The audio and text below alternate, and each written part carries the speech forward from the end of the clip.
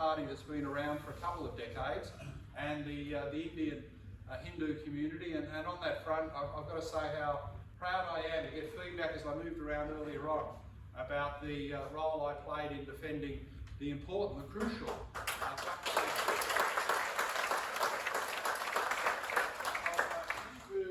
Hindu parasat in our schools, VHP.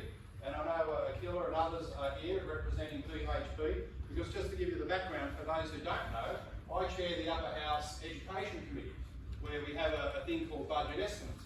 And there's a guy there, he's gone on to be a senator in Canberra. I was pretty glad to see the back of him. David Shoebridge, who was in the New South Wales Upper House.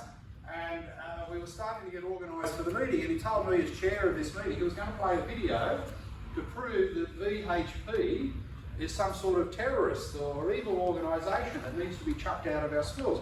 In truth, VHP plays the role of religious and cultural instruction. If children don't want to go to a scripture class with the traditional Christian, or they don't want to go to the ethics class, they go to VHP. And Akila was saying that at Riverbank School, which I visited, also Schofields and Northbourne in the northwest sector, at Riverbank, there are 30 VHP volunteers who come in for that instruction for the students, so they can learn and carry on the Hindu religion and cultural practices. So it's as important as anything else that happens in the school. And this green guy, Shoebridge, was going to label this organisation with 30 volunteers going into Riverbank, hundreds of volunteers across the state, as some sort of terrorist organisation. So this was, again, wacky, strange allegation.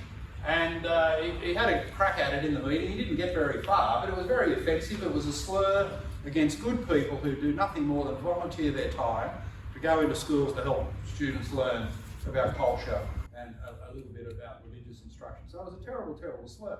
So the leaders of VHP came to see me. I think they went to see Daniel Mookie, who's a Labor Party guy, but he said, I don't want to upset the Greens, so don't get me involved. So they came to see me. Well, I've got to tell you, my job, my stock in trade, my bread and butter in politics is to upset the Greens. Pretty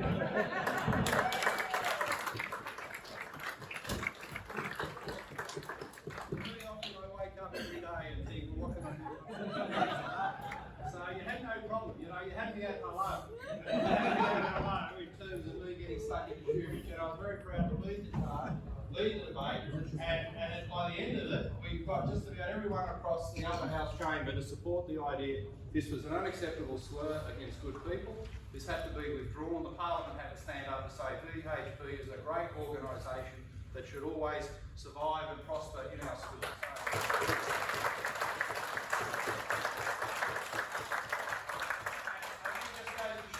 Some of the big debates that matter, some of the hard, tough work that needs to be done in Parliament, or some are hiding under their bed or hiding under their bed sheet, not wanting to upset the Greens, you can always be guaranteed one nation will be the fighters. One nation will get stuck in and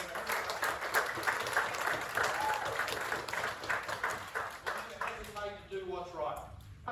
Is that members of the Indian Australian community that come to love Australia and support Australia today and support our nation more than these people out on the left wing of politics. So I thank you for that. I thank you for the way in which the people of an Indian background recognise that nationalism is a good thing. I think loving your country is an important part of citizenship. If you don't love Australia, what are you doing here?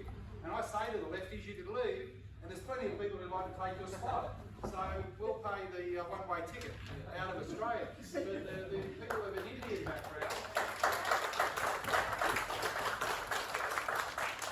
come here recognising nationalism is not a dirty word. Loving your country is a natural feeling. If I didn't love Australia, I feel like there was something wrong with me. It would be very unnatural not to love Australia. All the opportunity it's given me, recognising that nationalism is a good thing, and this is one of the values that One Nation shares with your community. That loving your country is natural, and if you don't love Australia, you can move off and we'll wave you goodbye at the airport as you're flying out and don't come back. So thanks for that. The other great affinity we have with the Indian community, of course, is the importance of hard work. You can have a country where there's lots of opportunities, but if you don't work hard and make the best of those opportunities, you waste them.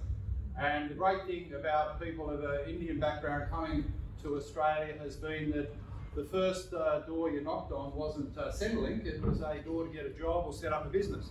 And the Indian Hindu community in particular is very well known for that work ethic, that hard work is a good thing.